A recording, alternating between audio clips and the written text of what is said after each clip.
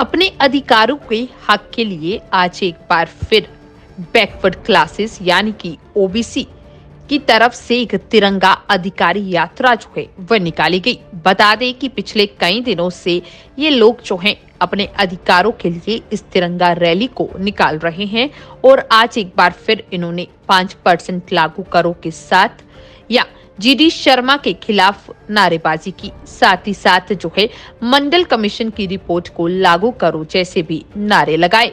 इनका साफ तौर पर कहना था कि अब तक अगर देखा जाए तो चाहे जम्मू कश्मीर जब एक राज्य था या अब एक यूटी है, इसमें जब भी बैकवर्ड क्लासेस के लिए एक कमीशन तैयार किया जाता है तो उसका चेयरमैन जो है एक उच्च जाति का बना दिया जाता है, जिससे कहीं ना कहीं एक तरीके से जो है इनके साथ अन्याय होता है।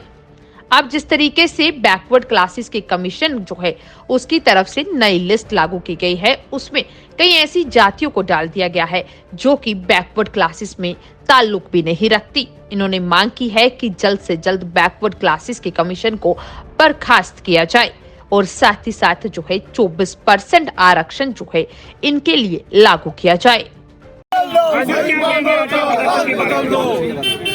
मैं बंसीलाल चौधरी, कन्वीनर ओबीसी मसाबा, मेरे साथ में फकीर चंद सतिया जी, फेडरेशन के प्रेसिडेंट और हमारी सभी बरादियों के प्रेसिडेंट जो हैं।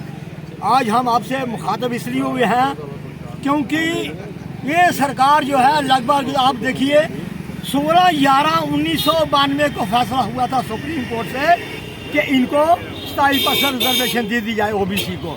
तो उसके बाद देखिए 2019 में EWS 10% रिजर्वेशन। हम 30 साल से इंतजार कर रहे हैं, लेकिन 2019 में 10 दिन के अंदर पूरे देश के अंदर रिजर्वेशन लागू होगी। EWS उसके ब्रैकेट में लिखा हुआ है अदर दैन SC ST, यानी कि SC ST को ओबीसी को नहीं मिलेगी वो 10% रिजर्वेशन। अगर अपर कास्टों को दिया हमने कोई एतराज नहीं किया। अरे भाई, जब हम लोग आपको कह रहे हैं 30 साल से सुप्रीम कोर्ट का फैसला, 9 जजों का फैसला, कहने का भाव कि मतलब कहने का कि इतनी बड़ी सुप्रीम कोर्ट की देश की सबसे बड़ी अदालत का फैसला हुआ, लेकिन जम्मू कश्मीर की गवर्नमेंट ने आज कमीशन का नाम है बैकवर्ड क्लास कमीशन और हेड कौन बनाया गया? जीडी शर्मा। ये आज नहीं हुआ, 1956 से हो रहा है। सुन लीजिए मेरे से, आप गजेंद्रगढ़ का कमीशन, उसके बाद जस्टिस आनंद कमेटी रिपोर्ट, उसके बाद वजीर जानकी कमेटी 1969 और उसके बाद के गुप्ता कमीशन में किसी को चेयरमैन नहीं बनाया गया।